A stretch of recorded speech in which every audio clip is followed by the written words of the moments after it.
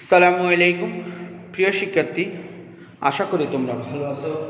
আলহামদুলিল্লাহ, আমি তোমাদের দোয়ায় ভালো আছি।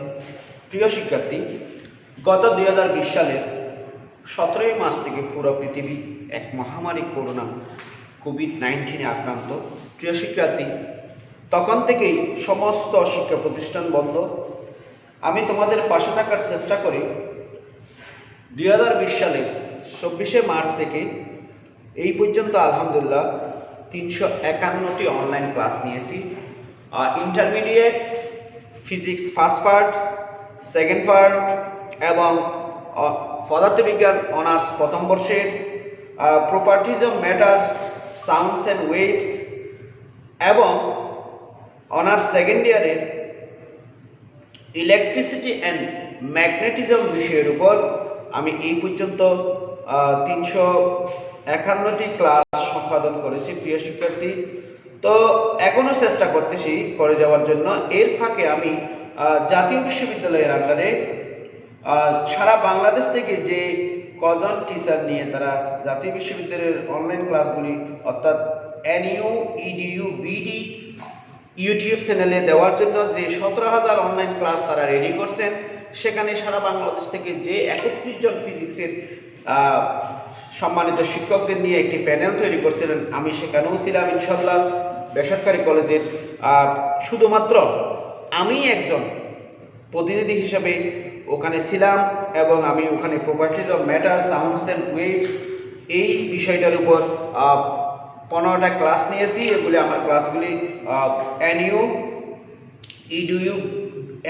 ইডিইউ, বিডি ইউটিউব চ্যানেলে আছে। তোমরা যদি সার্চ দাও সেখানে তোমরা সেই ক্লাসগুলি পাবে। প্রিয় শিক্ষার্থী, আর যারা অনার্সে এবং মাস্টার্সে আসো যে কোনো সাবজেক্টের, তোমরা এনইউ, ইডিইউ, বিডি এই চ্যানেলটাতে যদি সাবস্ক্রাইব করো, অর্থাৎ এনইউ বিডি এই চ্যানেলটাতে কিন্তু প্রত্যেকটা ডিপার্টমেন্টের জন্য মোট 17,000 অনলাইন ক্লাস সংকলিত রয়েছে। প্রিয় শিক্ষার্থী, তোমরা ওই এনইউ, ইডিইউ, বিডি চ্যানেল থেকে তোমাদের যে সাবজেক্টে তোমরা অনার্সে আসো সেই সাবজেক্টের মেজর নন মেজরের সব বিষয়ের ক্লাসগুলি ওখানে তোমরা পাবে। সুতরাং তোমরা যাতে করোনাকালীন সময়ে হ্যাম্পার না পড়ো সেজন্য জাতীয় বিশ্ববিদ্যালয় তোমাদেরকে নিয়ে চিন্তা করেছে। আর বাংলাদেশের প্রায় সব কলেজেই তো কি দিচ্ছে, অনলাইন ক্লাস নিচ্ছে মোটামুটি। আমাদের কলেজে কিন্তু প্রথম দিকে প্রচুর অনলাইন ক্লাস নিয়েছিলেন, যেহেতু আমাদের টিচার বহরটা অনেক বড়, তাই অনেকগুলো অনলাইন ক্লাস নেওয়া হয়েছে। ইনশাল্লাহ এখনও পর্যন্ত আমার অনেক সহকর্মী অনলাইন ক্লাসে সংযুক্ত আছে, আর আমি তো আছি তোমাদের সাথে সবসময়। দোয়া করবে যেন সবসময় তোমাদের সাথে থাকতে পারে। প্রিয় শিক্ষার্থী, এখন আমরা কথা না বাড়িয়ে আজকের অনলাইন ক্লাসে চলে যাব। আমার আজকের অনলাইন ক্লাসে শিরোনাম হচ্ছে ঘর্ষণ। ভেরি ভেরি ইম্পর্টেন্ট একটা টপিক, ঘর্ষণ। দেখো আমরা ঘর্ষণ কি জিনিস আমরা এখন একটু দেখব। তাহলে যারা আমার সাথে আছো সবাইকে ধন্যবাদ। প্রিয় শিক্ষার্থী, তোমরা অবশ্যই তোমাদের নাম, রোল, শ্রেণী উল্লেখ করে কমেন্ট করবে। আর যদি বুঝতে না পারো অবশ্যই কমেন্টে জানাবে, আমি বুঝিয়ে দেওয়ার চেষ্টা করব। প্রিয় শিক্ষার্থী, আজকের আমার পাঠের শিরোনাম হচ্ছে ঘর্ষণ। নিউটনীয় বলবিদ্যা অধ্যায়ের অনেক গুরুত্বপূর্ণ একটা টপিক। আমাদের জীবনেও এই ঘর্ষণটা কিন্তু গুরুত্বপূর্ণ। আমরা কিন্তু দেখা যায় যে কোনো দুটি বন্ধুর মধ্যে সবসময় ঘর্ষণ ঘটে। ঘর্ষণ মানে কি? এখানে একজনের সাথে একজন লাগালাগি, বোঝা গেছে? অর্থাৎ কথায়, কাজে, অন্য কোনো ক্ষেত্রেও আমরা একজনের সাথে একজন যে কোনো সময় যে কোনো মুহূর্তে লেগে যেতে পারি। ঘর্ষণ মানে মূলত এক ধরনের একটা সংঘর্ষ। আমরা সংঘর্ষ মানে জানি যে মারামারি, কিন্তু এইখানে সংঘর্ষ মানে মারামারি হবে না। একটার উপর দিয়ে আরেকটা চলে যাওয়া, একটার উপর দিয়ে যখন আরেকটা চলে যায় তখন একটার গতিকে আরেকটা বিপরীত দিকে বল প্রয়োগ করে থামানোর চেষ্টা করে। একটার গতিকে অন্য একটা, অর্থাৎ কোনো একটি বস্তুর উপর দিয়ে যখন আরেকটি বস্তু গতিশীল হয়, তখন যে কোনো একটি বস্তু বা নিচের বস্তুটি উপরের বস্তুকে, বা যে বস্তুর গতি বেশি সেই বস্তুকে কম গতিবিশিষ্ট বস্তুটি কি করে, পিছনের দিকে বল প্রয়োগ করে বেশি গতিবিশিষ্ট বস্তুকে থামানোর চেষ্টা করে। এই যে এখানে দুইটি বস্তু বা দুইটি তল এরকম গতিশীল হওয়ার সময় একটা আরেকটাকে যে বল প্রয়োগ করে পিছনের দিকে বাধা প্রদান করে সেটাকে বলা হয় ঘর্ষণ। সেটাকে বলা হয় কি? ঘর্ষণ। অর্থাৎ আমি সংজ্ঞাটা এবার দিতে পারি, একটি বস্তু অন্য একটি বস্তুর উপর দিয়ে অন্য একটি বস্তুর উপর দিয়ে গতিশীল হলে বা গতিশীল হতে চাইলে গতিশীল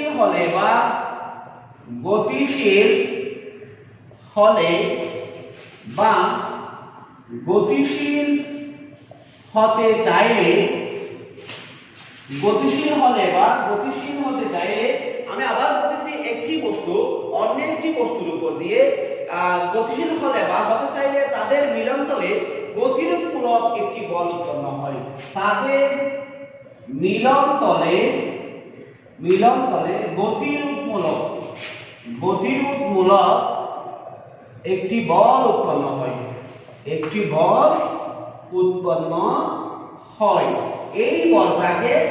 এই বলটাকে আমরা বলবো কি?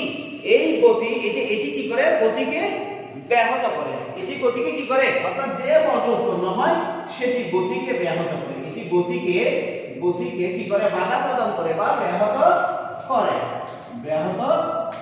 এবং এই বলটাকে ঘর্ষণ বল বলে। তাহলে আমি আবার বলতেছি, কোন একটি বস্তু যখন আরেকটি বস্তুর উপর দিয়ে গতিশীল হয় তখন তাদের মিলনতলে, যেমন মনে করো ঠিক এইভাবে যদি একটি বস্তু আরেকটি বস্তুর উপর দিয়ে গতিশীল হয় তখন তাদের একটি সংস্পর্শ তল বা মিলনতল, এই মিলনতলে একটি বিপরীতধর্মী বা বিপরীত গতিশীল বস্তু যার বিপরীত দিকে একটি বাধা প্রদানকারী বল সৃষ্টি হয় বা উৎপন্ন হয় বা গতিমূলক একটি বল উৎপন্ন হয়, যে বলটাকে আমরা বলবো ঘর্ষণ বল। দেখো, ঘর্ষণ এক ধরনের সংঘর্ষ, একজনের উপর দিয়ে একজন গতিশীল হচ্ছে, একজন আরেকজনকে বাধা দিচ্ছে। সুতরাং আমরা ঘর্ষণকে এক ধরনের কি বলতে পারি? সংঘর্ষ বলতে পারি। প্রিয় শিক্ষার্থী, আশা করি তোমরা ঘর্ষণ বল কি জিনিস সেটা বুঝতে পারছো। আমি ব্যাখ্যাটা আর করতে যাচ্ছি না। দেখো, ঘর্ষণ বল কয়েকটি জিনিসের উপর নির্ভর করে। কি কি জিনিসের উপর নির্ভর করে আমরা একটু দেখবো।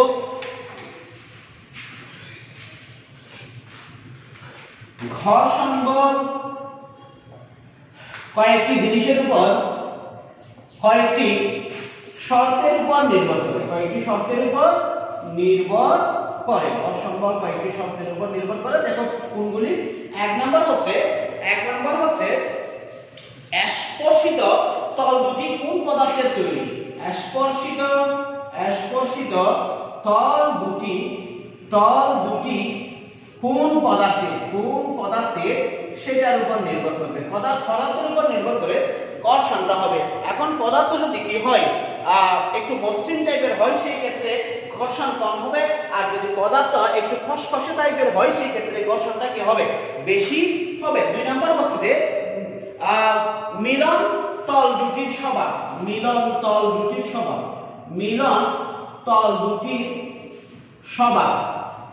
এই মিলন তল দুটি কি রকম সেটার উপর নির্ভর করবে ঘর্ষণ বেশি হবে নাকি ঘর্ষণ কম হবে।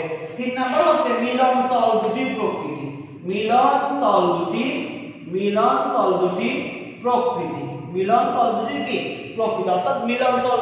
অর্থাৎ যে দুটি বস্তু ঘর্ষণ করতেছে সেই দুটি বস্তুর যে তল পরস্পরের সাথে মিলিত হচ্ছে সেই মিলন তল দুটির প্রকৃতি কিরকম সেটার উপর নির্ভর করবে ঘর্ষণ বেশি হবে নাকি কম হবে। এরপরে আছে মিলন তল দুটির মধ্যবর্তী মাধ্যম। মিলন তল দুটির মধ্যবর্তী যে মাধ্যমগুলি থাকবে সেই মাধ্যমগুলির উপর কি করবে? নির্ভর করবে ঘর্ষণ বল বেশি হবে নাকি ঘর্ষণ বল কম হবে। দেখো, মনে করো আমি যদি দুইটি বস্তুর মিলনতলে তেল বা গ্রিস বা এরকম পিচ্ছিল জাতীয় কোনো পদার্থ প্রয়োগ করি বা কি করে ছিটিয়ে দিই, সেই ক্ষেত্রে দেখা যাবে যে এই ক্ষেত্রে ঘর্ষণ কম হবে। আবার যদি দুটি বস্তুর মিলনতলের মাঝখানে আমি যদি বালি বা অন্য কোনো খসখসে পদার্থ ছিটিয়ে দিই সেই ক্ষেত্রে দেখা যাবে যে ঘর্ষণ বেশি হবে। এরপরে আছে মিলন তল দুটির তাপমাত্রার উপর। মিলন তল দুটির কিসের উপর?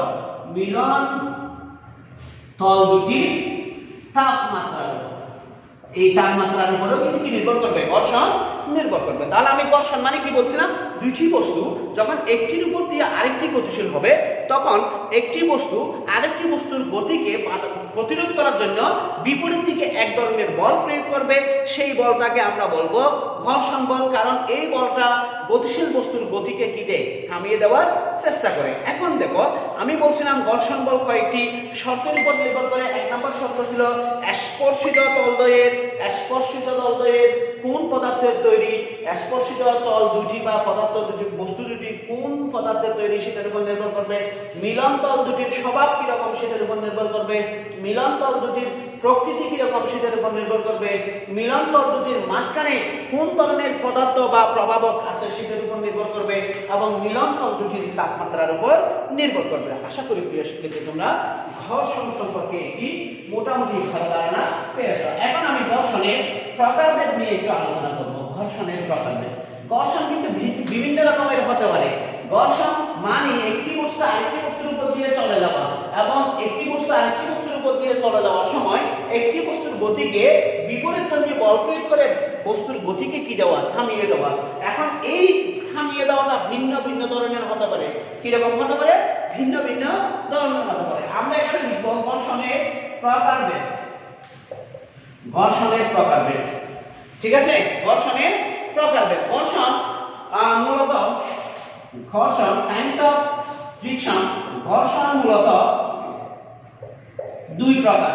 ঘর্ষণ মূলত কয় প্রকার, দুই প্রকার। ঘর্ষণ কত ধরনের হবে, মূলত প্রধানত দুই ধরনের হবে। এক নম্বর হচ্ছে স্থিতি ঘর্ষণ বা স্ট্যাটিক ফ্রিকশন, স্থিতি ঘর্ষণ বা ফ্রিকশন, স্ট্যাটিক ফ্রিকশন। দুই নম্বর হচ্ছে গতীয় ঘর্ষণ বা চল ঘর্ষণ, গতীয় ঘর্ষণ বা চল ঘর্ষণ বা কাইনেটিক ফ্রিকশন। এক নম্বর হচ্ছে স্থিতি ঘর্ষণ, স্থিতি ঘর্ষণ বা স্ট্যাটিক ফ্রিকশন, স্ট্যাটিক ফ্রিকশন, ঠিক আছে। দুই নম্বর হচ্ছে চল বা গতীয় ঘর্ষণ, চল বা গতীয় ঘর্ষণ, এটাকে আমরা বলবো কাইনেটিক ফ্রিকশন, কাইনেটিক ফ্রিকশন, ঠিক আছে। তাহলে আমরা ঘর্ষণ কয় ধরনের পাইলাম, দুই ধরনের পাইলাম। একটা হচ্ছে স্ট্যাটিক ফ্রিকশন আর একটা হচ্ছে কাইনেটিক ফ্রিকশন। আবার দেখো চল ঘর্ষণ বা গতীয় ঘর্ষণ, চল ঘর্ষণ, চল ঘর্ষণ বা গতীয় ঘর্ষণ, গতীয় ঘর্ষণ চার ধরনের। কয় ধরনের, চার ধরনের। কয় ধরনের, চার ধরনের। এক নম্বর হচ্ছে এখানে একটু দেখবা, এক নম্বর হচ্ছে আবর্ত ঘর্ষণ, আবর্ত ঘর্ষণ। এক নম্বর হচ্ছে এটা তিন ধরনের হবে। কয় ধরনের, তিন ধরনের। চল ঘর্ষণ বা গতীয় ঘর্ষণ আবার তিন ধরনের। এক নম্বর হচ্ছে আবর্ত ঘর্ষণ, আবর্ত ঘর্ষণ বা রোলিং, রোলিং ফ্রিকশন, ঠিক আছে। দুই নম্বর হচ্ছে, এক নম্বর হচ্ছে আবর্ত ঘর্ষণ, দুই নম্বর হচ্ছে বিষম ঘর্ষণ, বিষম ঘর্ষণ বা sliding, sliding friction, sliding friction. তিন নম্বর হচ্ছে প্রবাহী ঘর্ষণ, প্রবাহী ঘর্ষণ। তিন নম্বর হচ্ছে প্রবাহী ঘর্ষণ বা ফ্লুইড ফ্রিকশন, ফ্লুইড ফ্রিকশন।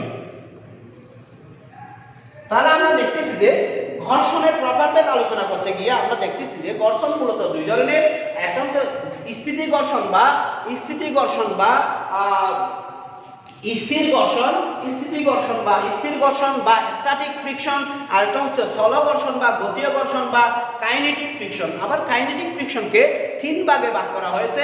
এক নম্বর হচ্ছে আবর্ত ঘর্ষণ বা রোলিং ফ্রিকশন, আর একটা হচ্ছে বিষম ঘর্ষণ বা স্লাইডিং ফ্রিকশন, আর একটা হচ্ছে প্রবাহী ঘর্ষণ বা ফ্লুইড ফ্রিকশন। প্রিয় শিক্ষার্থী, যেগুলো আমাদের জীবনের সাথে ওতপ্রোতভাবে জড়িত। যেমন মনে করো আমরা যখন স্যান্ডেল পায়ে দিয়ে রাস্তায় হাঁটি তখন দেখা যায় যে আমাদের স্যান্ডেলগুলি কদিন করে নিচের তলাটা বা স্যান্ডেলের নিচের অংশটা কি হয়ে যাচ্ছে, ক্ষয়ে যাচ্ছে।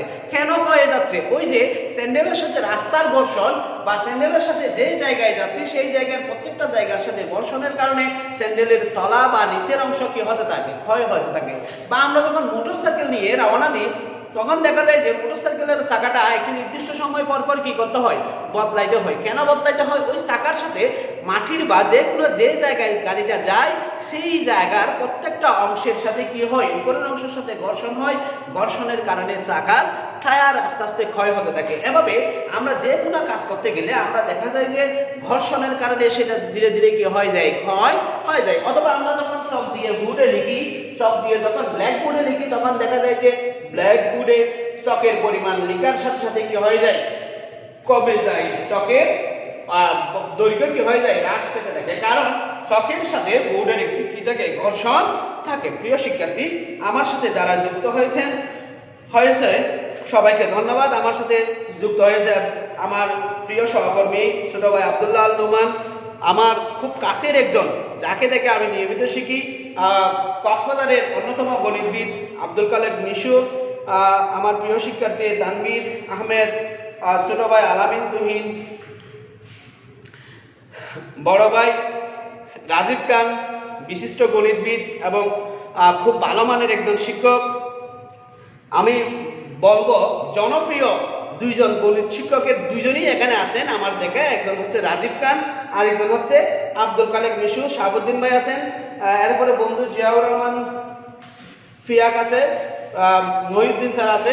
আপনাদের সবাইকে ধন্যবাদ সাথে থাকার জন্য। প্রিয় শিক্ষার্থী, তোমরা যারা আমার সাথে আছো অবশ্যই তোমরা তোমাদের নাম, রোল কমেন্ট বক্সে জানাবে এবং না বুঝলে অবশ্যই আমাকে জানানোর চেষ্টা করবে কমেন্ট বক্সে। আমি অবশ্যই চেষ্টা করব তোমাদেরকে ভালোভাবে বুঝিয়ে দেওয়ার জন্য, কারণ তোমাদের জন্যই কিন্তু আমি বারবার অনলাইনে আমার আশা। তোমরা যদি না বুঝো তাহলে আমার আশার, এই অনলাইনে বারবার আশার কোনো কি নেই, সফলতা বা সার্থকতা নেই। সুতরাং তোমরা ভালোভাবে বুঝো, সেটাই আমি সর্বোচ্চ চেষ্টা করব। এই জন্য আমাকে জানাতে হবে তোমরা বুঝতেছো কিনা, বুঝতেছো না, কারণ আমি জানি না তোমরা কতটা বুঝতেছো। প্রিয় শিক্ষার্থী, আমরা আমাদের ঘর্ষণ এবং ঘর্ষণের প্রকারভেদ নিয়ে আলোচনা করলাম। আমি এখন ঘর্ষণের প্রকারভেদগুলি নিয়ে একটু কি করব, ব্যাখ্যা করব। এক নম্বর হচ্ছে স্থিতি ঘর্ষণ, স্থিতি ঘর্ষণ বা স্ট্যাটিক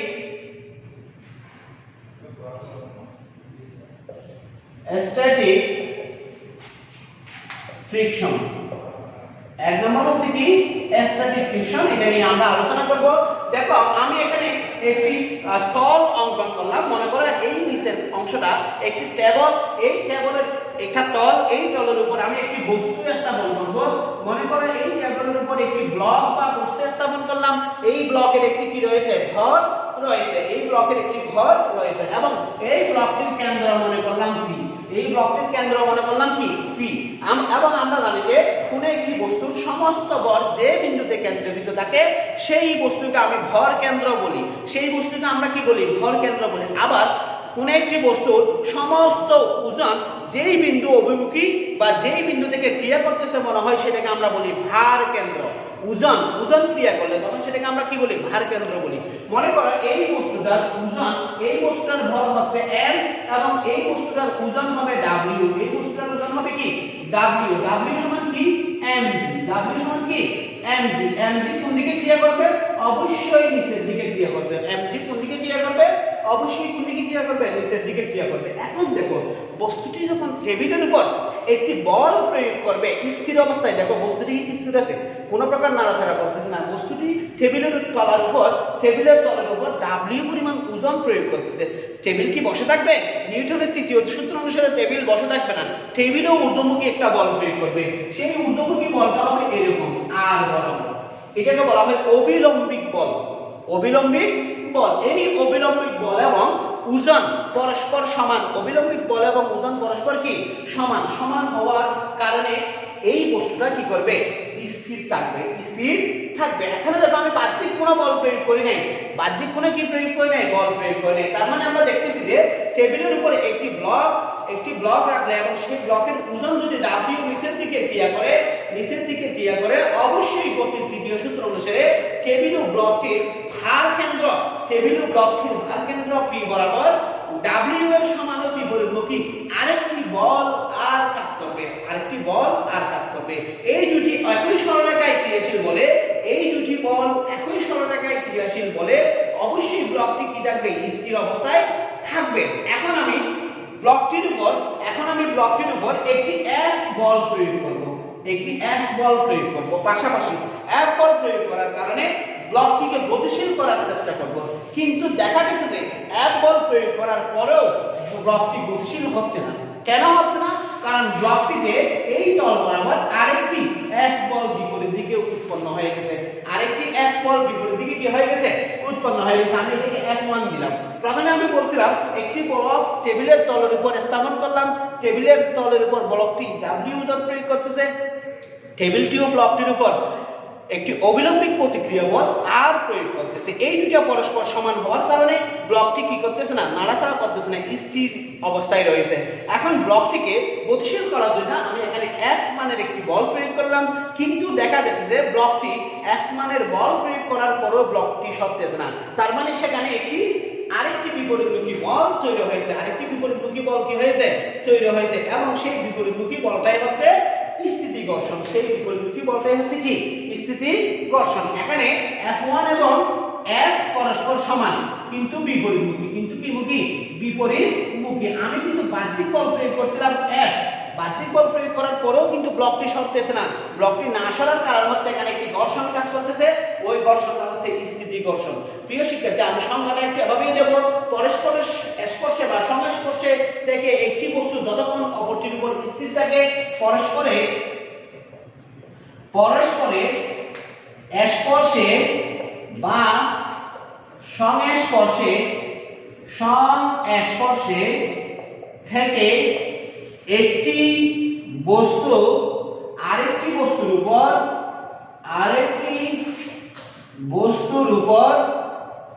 যতক্ষণ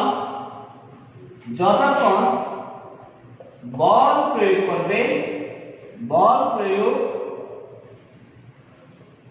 করবে। দেখো এই যে এখানে এই ব্লকটি টেবিলের উপর কিন্তু সংযুক্ত অবস্থায় ছিল, সংস্পর্শে ছিল। এরপর টেবিলের উপর বস্তুটি বল প্রয়োগ করছিল, টেবিলের উপর বস্তুটি কি ছিল? বল প্রয়োগ করছিল, এবং টেবিলের বস্তুটির উপর কি করছে? বল প্রয়োগ করছে। একটি বস্তু আরেকটি বস্তুর উপর যতক্ষণ বল প্রয়োগ করবে এবং স্থির থাকবে এবং স্থির অবস্থায় থাকবে, তবে তাদের মিলনতলে যে ঘর্ষণ ঘটে তাকে স্থিতি ঘর্ষণ বা স্থির ঘর্ষণ বলে। স্থির ঘর্ষণটা কি বলে? স্থির ঘর্ষণ বলে। তাহলে স্থির ঘর্ষণ হওয়ার জন্য অবশ্যই একটি বস্তু আরেকটি বস্তুর উপর বল প্রয়োগ করতে হবে, এবং একটি বস্তুর উপর আরেকটি বস্তু অনেকক্ষণ স্থির থাকতে হবে। যতক্ষণ স্থির থাকবে ততক্ষণ সেখানে এক ধরনের ঘর্ষণ ঘটবে, সেই ঘর্ষণটাকে আমরা বলবো স্থিতি ঘর্ষণ। সেই ঘর্ষণটাকে আমরা কি বলবো? স্থিতি ঘর্ষণ। এখন দেখো, স্থিতি ঘর্ষণের একটি সর্বোচ্চ মান থাকবে, স্থিতি ঘর্ষণের একটি সর্বোচ্চ মান থাকবে, যে মান পর্যন্ত বস্তুটি স্থির থাকবে। এর চেয়ে বেশি হয়ে গেলে, এর চেয়ে যখন বল বেশি প্রয়োগ হবে, তখন বস্তুটি আর স্থির থাকতে পারবে না। অর্থাৎ স্থিতি ঘর্ষণের সর্বোচ্চ মানকে স্থিতি ঘর্ষণের একটু মনে রাখতে হবে। স্থিতি ঘর্ষণের সর্বোচ্চ মানকে সীমান্তিক, স্থিতি ঘর্ষণের সর্বোচ্চ মান হচ্ছে সীমান্তিক ঘর্ষণ। কি ঘর্ষণ? সীমান্তিক ঘর্ষণ। স্থিতি ঘর্ষণের সর্বোচ্চ মানকে আমরা কি বলবো? সীমান্তিক ঘর্ষণ বলবো। দেখো এর চেয়ে বেশি হয়ে গেলে, অর্থাৎ বল বাহ্যিক বল প্রয়োগ যখন এই সীমান্তিক ঘর্ষণের চেয়ে বেশি হয়, তখন বস্তুটি আর কি করতে পারবে না? স্থির থাকতে পারবে না। বস্তুটি অবশ্যই কি হবে? গতিশীল হবে। এখন আমরা স্থিতি ঘর্ষণ সম্পর্কে যে কয়েকটি সূত্র আছে, সেই সূত্রগুলি নিয়ে আমরা কি করব?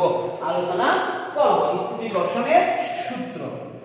স্থিতি ঘর্ষণের সূত্র দেখো, এক নাম্বার স্থিতি ঘর্ষণের সূত্র হচ্ছে, এক নাম্বার হচ্ছে স্থিতি ঘর্ষণ বস্তুর গতির বিপরীত দিকে ক্রিয়া করে। স্থিতি ঘর্ষণ বস্তুর গতির বিপরীত দিকে ক্রিয়া করে। স্থিতি ঘর্ষণ বস্তুর বিপরীত দিকে কি করবে? ক্রিয়া করবে। শুধু স্থিতি ঘর্ষণ বলে কথা নয়, যে কোনো ঘর্ষণই বস্তুর কোন দিকে ক্রিয়া করবে? গতির বিপরীত দিকে ক্রিয়া করবে। যে কোনো ঘর্ষণই বস্তুর গতির বিপরীত দিকে ক্রিয়া করবে। এবং স্থিতি ঘর্ষণের পরিমাণ স্বয়ং সামঞ্জস্যপূর্ণ। স্থিতি ঘর্ষণের পরিমাণ স্থিতি ঘর্ষণের পরিমাণ স্বয়ং সামঞ্জস্যপূর্ণ, অর্থাৎ সবসময় কি থাকবে? সামঞ্জস্যপূর্ণ স্থিতি ঘর্ষণ থাকবে। এরপরে দেখো সীমাস্থ ঘর্ষণ সর্বদা অবিলম্বিক প্রতিক্রিয়ার সমানুপাতিক হবে। সীমাস্থ ঘর্ষণ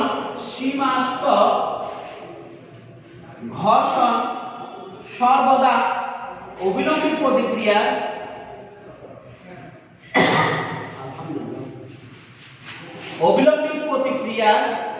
সমানুপাতিক হবে। সীমাস্থ ঘর্ষণ অবশ্যই অবিলম্বিক প্রতিক্রিয়া কি হবে? সমানুপাতিক হবে। সীমাস্থ ঘর্ষণ আমি কি বলছিলাম? যে ঘর্ষণটা অর্থাৎ যে বল প্রয়োগ করলে বস্তুটির কি হবে? গতিশীল হবে, তার আগ পর্যন্ত যে ঘর্ষণ কাজ করে সেটাকে আমরা বলবো সীমাস্থ ঘর্ষণ বা সীমান্তিক ঘর্ষণ।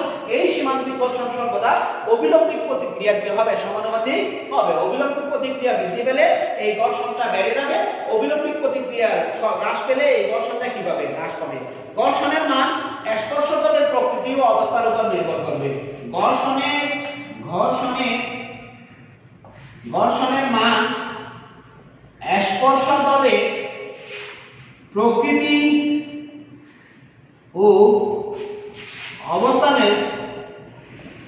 স্পর্শতলের প্রকৃতি ও অবস্থানের উপর নির্ভর করবে। ঘর্ষণের মান স্পর্শতলের প্রকৃতি ও কিসের উপর নির্ভর করবে? অবস্থানের উপর নির্ভর করবে। অবস্থার উপর নির্ভর করবে। অবস্থান, ঠিক আছে? অবস্থার উপর নির্ভর করবে। এরপরে 5 নম্বর সূত্র হচ্ছে, তাই একটু দেখবা 5 নম্বর সূত্র হচ্ছে ঘর্ষণ বলের মান স্পর্শতলের ক্ষেত্রফলের উপর নির্ভর করে না। ঘর্ষণ বলের মান স্পর্শতলের ক্ষেত্রফলের উপর নির্ভর করে না। ক্ষেত্রফলের উপর নির্ভর করে না। তাহলে আমরা দেখতেছি যে স্থিতি ঘর্ষণের 5টি সূত্র রয়েছে। স্থিতি ঘর্ষণের কয়টি সূত্র রয়েছে? 5টি সূত্র রয়েছে। প্রথম সূত্রটি ছিল স্থিতি ঘর্ষণ বস্তুর বিপরীত দিকে ক্রিয়া করে। শুধু স্থিতি ঘর্ষণ বলে কথা নয়, যে কোনো ঘর্ষণই বস্তুর গতির বিপরীত দিকে ক্রিয়া করবে। 2 নম্বর সূত্র হচ্ছে স্থিতি ঘর্ষণের ফলে স্থিতি ঘর্ষণের পরিমাণ সামঞ্জস্যপূর্ণ থাকবে। সবসময় কি থাকবে? সামঞ্জস্যপূর্ণ থাকবে। এবং স্থিতি ঘর্ষণের ক্ষেত্রে যে সীমাস্থ ঘর্ষণ আমরা পাবো, সেই সীমাস্থ ঘর্ষণ সর্বদা অবিলম্বিক প্রতিক্রিয়ার সমানুপাতিক হবে। অবিলম্বিক প্রতিক্রিয়া যত বেশি হবে, ঘর্ষণের পরিমাণ তত বেশি হবে। অবিলম্বিক প্রতিক্রিয়া হ্রাস পেলে ঘর্ষণের পরিমাণও কিভাবে হ্রাস হবে। এরপরে ঘর্ষণের মান স্পর্শতলের প্রকৃতি ও অবস্থার উপর নির্ভর করে। ঘর্ষণের মান স্পর্শতলের প্রকৃতি ও কিসের উপর নির্ভর করে? অবস্থানের উপর নির্ভর করে। এরপরে 5 নম্বর সূত্র হচ্ছে ঘর্ষণ বলের মান স্পর্শতলের ক্ষেত্রফলের উপর কখনো নির্ভর করবে না। স্পর্শতলের ক্ষেত্রফল কম হোক বা বেশি হোক, ঘর্ষণ বল সবসময় কি থাকবে? ধ্রুব থাকবে। প্রিয় শিক্ষার্থী, আশা করি তোমরা স্থিতি ঘর্ষণ সম্পর্কে বুঝতে পারছো। আমরা একটু স্থিতি ঘর্ষণ গুণাঙ্ক নিয়ে আলোচনা করব। স্থিতি ঘর্ষণ গুণাঙ্ক নিয়ে আলোচনা করব। দেখো স্থিতি ঘর্ষণ গুণাঙ্ক কি জিনিস। আমি সূত্রটা আরেকটু আঁকতেছি। স্থিতি ঘর্ষণ গুণাঙ্ক, দেখো এখানে একটি বস্তু প্রয়োগ করলাম। এই বস্তুর কেন্দ্র ছিল পি বিন্দু। এখানে একটি ওজন কাজ করতেছে, সেই ওজনটা হচ্ছে W। এখানে একটি অবিলম্বিক প্রতিক্রিয়া কাজ করবে, সেই অবিলম্বিক প্রতিক্রিয়াটা হচ্ছে R। এবং আমি এখানে একটি বাহ্যিক বল প্রয়োগ করছিলাম, সেই বাহ্যিক বলটা হচ্ছে, দেখো আমি এখানে একটি বাহ্যিক বল প্রয়োগ করছিলাম, সেই বাহ্যিক বলটা হচ্ছে F। আমি পূর্বের চিত্রটা আঁকতেছি। এবং এখানে একটি ঘর্ষণ বল উৎপন্ন হয়েছিল, সেই ঘর্ষণ বলকে আমি স্মল fs দিয়ে লিখলাম। তাই একটু বোঝার চেষ্টা করবে, আমি ঘর্ষণ বলটাকে কি দিয়ে লিখলাম? স্মল fs দিয়ে লিখলাম। এখন দেখো প্রিয় শিক্ষার্থী, এখানে এই বস্তুটাকে বা ব্লকটাকে যখন আমি কোনো টেবিলের একটি তলের উপর স্থাপন করব, তখন ব্লকটি টেবিলকে একটি কি প্রয়োগ করবে? বল প্রয়োগ করবে। সেই বলটা হচ্ছে W। সেই বলটা হচ্ছে কি? W। এখন টেবিলও উপরের দিকে একটি বল প্রয়োগ করবে। টেবিলও উপরের দিকে একটি প্রয়োগ করবে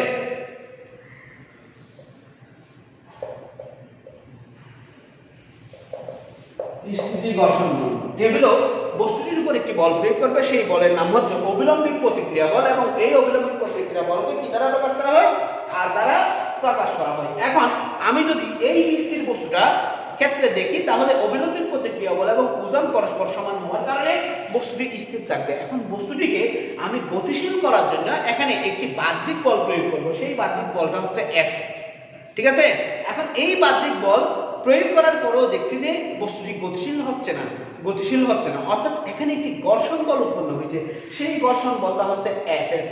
এই Fsটা হচ্ছে সীমান্তিক ঘর্ষণ। সীমান্তিক ঘর্ষণ মানে কি বলছিলাম, সর্বোচ্চ মান ঘর্ষণের, স্থিতি ঘর্ষণের সর্বোচ্চ মান, যে মান পর্যন্ত বস্তুটি গতিশীল হবে না সেই মানটাকে আমরা বলবো সীমান্তিক ঘর্ষণ বা সীমান্তিক মান। তাহলে এখানে Fs হচ্ছে সীমান্তিক ঘর্ষণ, আর R হচ্ছে অবিলম্বিত প্রতিক্রিয়া, W হচ্ছে ওজন, F হচ্ছে কি বল, বাহ্যিক বল। তাহলে আমরা বলতে পারি দুইটি বস্তু যদি পরস্পর সংস্পর্শ থাকে অর্থাৎ স্থিতি ঘর্ষণে থাকে, সেই ক্ষেত্রে অবিলম্বিত প্রতিক্রিয়া বল এবং স্থিতি ঘর্ষণের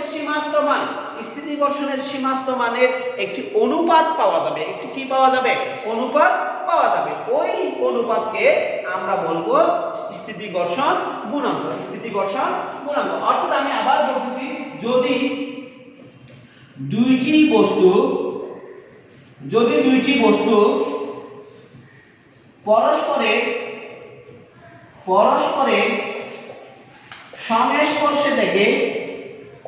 সংস্পর্শে থেকে একটি আরেকটির উপর বল প্রয়োগ করে সেই ক্ষেত্রে অবিলম্বিত প্রতিক্রিয়া বল বা স্থিতি ঘর্ষণের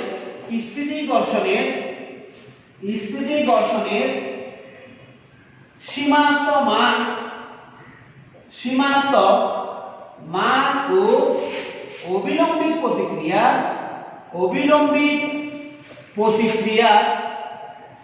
অনুপাত একটি ধ্রুব রাশি। একটি কি রাশি হবে, ধ্রুব রাশি হবে, একটি ধ্রুব রাশি। লেখা না বুঝতে বললেও কাজে ধ্রুব রাশি। এই ধ্রুব রাশিকে স্থিতি ঘর্ষণ গুণাঙ্ক বলা হয়। বলে। আমি আবার বলছি দুইটি বস্তু যদি পরস্পরের সংস্পর্শে থাকে এবং সংস্পর্শে থেকে একটি আরেকটির উপর বল প্রয়োগ করে, তখন স্থিতি ঘর্ষণের সীমাস্থ মান এবং অবিলম্বিত প্রতিক্রিয়ার অনুপাতে কি ধ্রুব রাশি হয়। এই ধ্রুব রাশিকে আমরা বলবো কি, স্থিতি ঘর্ষণ গুণাঙ্ক। একে মিউ এস দ্বারা প্রকাশ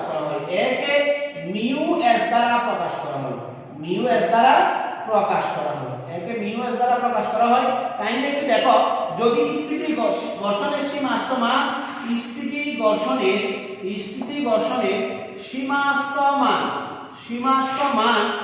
Fs হয়, স্থিতি ঘর্ষণের সীমাস্থ মান যদি আমি Fs এবং অবিলম্বিত প্রতিক্রিয়া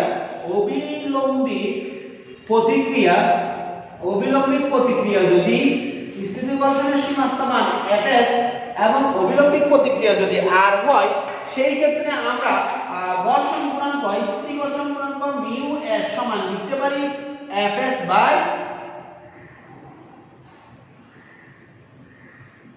R। Fs বাই কত, আর এটাই হচ্ছে স্থিতি ঘর্ষণ গুণাঙ্কের সমীকরণ। অর্থাৎ আমি যদি স্থিতি ঘর্ষণের সীমাস্থ মান এবং অবিলম্বিত প্রতিক্রিয়া জানতে পারি,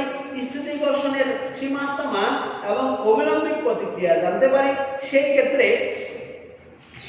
আমরা অবশ্যই কি পাবো, স্থিতি ঘর্ষণ গুণাঙ্ক পাবো। এখন দেখো প্রিয় শিক্ষার্থী, এখান থেকে আমরা যে জিনিসটা লিখতে পারি, দেখো এখান থেকে আমরা লিখতে পারি Fs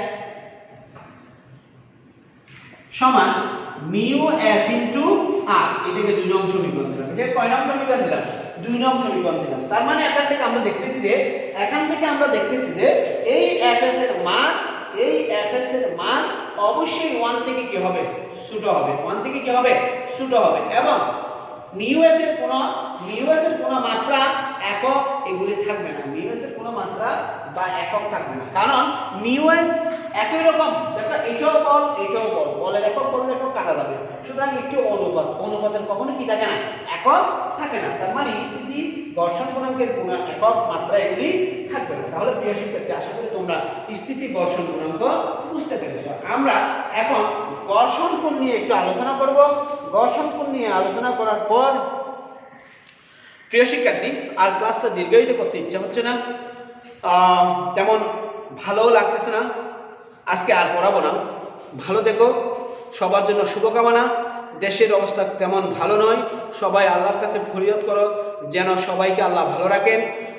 আত্মীয় স্বজন, ভাই বন্ধু, দূর দূরান্তের সারা বাংলাদেশের যত মানুষ বা সারা বিশ্বের যত মানুষ আমরা আছি, সবাইকে যেন আল্লাহ সুস্থ রাখেন, ভালো রাখেন, সেই দোয়াটা সবসময় করো।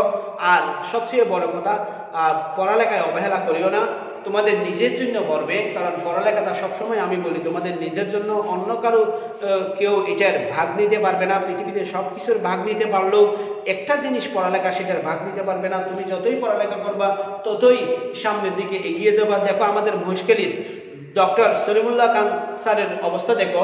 আজকে ডক্টর সলিমুল্লাহ খান স্যার বাংলাদেশের গুটি কয়েকজনের মধ্যে, অর্থাৎ 2-4 জন বিশিষ্ট ব্যক্তির মধ্যে একজন। কেন? পড়ালেখা করছেন বিদায়। তোমরাও পড়ালেখা করো, দেখবে যে তোমরাও একদিন সারা বাংলাদেশের 2 জন, 5 জন, 10 জনের মধ্যে একজন হয়ে যাবা। তাই পড়ালেখার কোনো বিকল্প নাই। ভালো দেখো। আসসালামু আলাইকুম। আমার জন্য দোয়া করবেন।